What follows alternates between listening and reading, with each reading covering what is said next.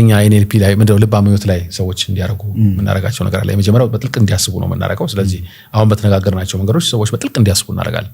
አሁን ታይ ሲያስቡ አሁን አሉታዊ እንዲያረጉ እንደው አሉታዊ ሲያስቡ አሁን ታይ እንዲያረጉ ብዥ ያርገው ድብዝዝ አርገው ሲያስቡ ደግሞ ጥርት እንዲያረጉ ግልጽ እንዲያረጉ ግልጽነት ወሳኝ ነው። ግልጽ አርገን ማናስባቸው ነገሮች በጣም ለብዙ አይነት አሉታዊ ስሜቶች ያጠቃሉ። በተለይ ፍላጎታችን እስከ ድብርት ድረስ ሊያደርስ ይችላል።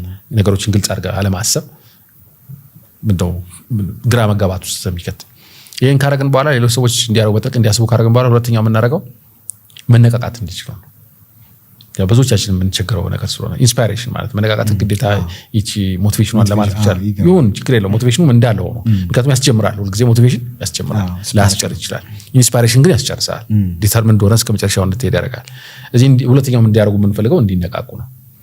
ግን አሁንም ኮንትራስት ነው። ብዙ ሰዎች ህይወታቸው ውስጥ ያለውን ነገር ሲያስቡ የሚያነቃቃ ነገር ያጣሉ። እኛ ግን የምንፈልገው ሰዎች እንዲያርጉ የምንፈልገው ህይወታቸው ውስጥ ባለው ሲያስቡት በማነቃቃ ነገር መነቃቃት እንዲችሉ አይደል? ብዙ ጊዜ ህይወታችን ውስጥ ያሉ የሌሉ ነገሮች ስናስብ ቁጠኛ ኮንክ በቃ ነው በቃ ቁጣዬ ምን ላድርገው ትላለህ። ገንዘብ ከሌለ ገንዘብ አምጣ ብለህ ተነቃቅተህ ለዛ ነገር ሳይሆን የምትሰራው በቃ ተስፋ የለኝም ነው የምትል። የተስፋ የመቁረጥ ሞር ወደ ኋላ የሚሄድ ነገር አለ። እንደውም ሰዎች ችግሮቻቸውን በደንብ እንዲያስቡ እናደርግና ያ ውስጣቸው ግን እንዲቆሙ ሳይሆን የበለጠ እንደውም ብዙ ነገሮች መስራት እንዲችሉ ማድረግ ነው ትልቁ ዓላማችን።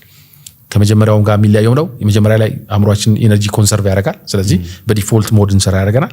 ሁለተኛ የሚያደርገን ነገር ምንድነው? አእምሮአችን በብዛት አሉታዊ ሐሳቦችን ያስባል። በእነዛ ሐሳቦች ምክንያት ውስጣችን የሚፈጠረው አሉታዊ ስሜት ነው። በዛ አሉታዊ ስሜት ምክንያት ደግሞ የምናሳያቸው ባህሪዎች የምናገኛቸው ውጤቶችም አሉታዊ ነው የሚሆኑት። ያን ሳይክል እንሰብራለን። ስንሰብር ምንድነው? አሉታዊ ነገሮች አካባቢያችን ሊፈጠሩ ይችላሉ። ከዛ የተነሳ እንዳጋጣሚ አሉታዊ ሐሳብ ልናስብ እንችላለን። ግን እንዴት አድርገን ነው ይሄን ነገር ወደ መነቃቂያ መንቀይረው? እንዳልነው እንደ ላይፍ ፐርፐስም ሊሆን ይችላል። አንዳንድ ሰዎች ስልጣናችን ከወሰዱ በኋላ this is my life purpose እስካሁን ሲቸገርበት ነበሩ አብሬ ልስራ የሚሉ ሰዎች አሉ። ይሄን ነፃነት አግኝቻለሁ ለሰዎች መስጠት ፈልጋለሁ የሚሉ ሰዎች በጣም ብዙ ሰዎች አሉ። እዚህ ከዛው ላይፍ ኮንዲሽን ከዛው ላይፍ ሰርከምስታንስ ተነስተ ከዛው ውጤት ተነስተ ራስን ማነቃቃት ችግርን አስበህ መነቃቃት ተሰል ብዙ ሰዎች ተስፋ የሚቆርጡ ወደ ኋላ የሚሉበት ነገር ማነቃቃት ማለት ያን ካረጉ በኋላ ያው የሚፈልገው ለውጥ ነው እንዲመጣ ነው የምንፈልገው። ጭንቅላት ውስጥ እንዳይቀር ማለት ያ የሚመጣው በተግባር ነው። ስለዚህ ለውጥ ምን ላይ ሞር ቼንጅ ትራንስፎርሜሽን የምንለው አይነት ለውጥ ምክንያቱም ለውጥ የማይቀር ነገር ነው። ሁልጊዜም ቢሆን ወደድንም ጠላንም እንለወጣለን። ምናልባት የዛሬ 3 ዓመት ብታገኝ እዚህ ጋር ነጭ ነገር የለም። አሁን በደንብ ነጭ አለ። በቃ ምንም ማድረጋችን ብዙ ለውጦች በየቀኑ በየደቂቃው በየሰከንዱ ይከናወናል። ግን ያ ለውጥ ለኔ አድቫንቴጅ ነው ወይ የሚለው ነገር ማወቅ ያስፈልጋል።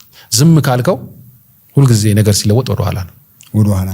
ኮንሺየስሊ ያስበህ ሆን ብለህ በዚህ አቅጣጫ ወስደዋለሁ ካላልክ ብዙ ጊዜ ወደ ኋላ ነው። ምናልባት 90% በሚባል ደረጃ ማለት ወደፊት የሚባል ለውጥ የሚመጣው ሆን ብለህ አስበህ በደንብ ተጠበህ ስትሰራው ብቻ ነው።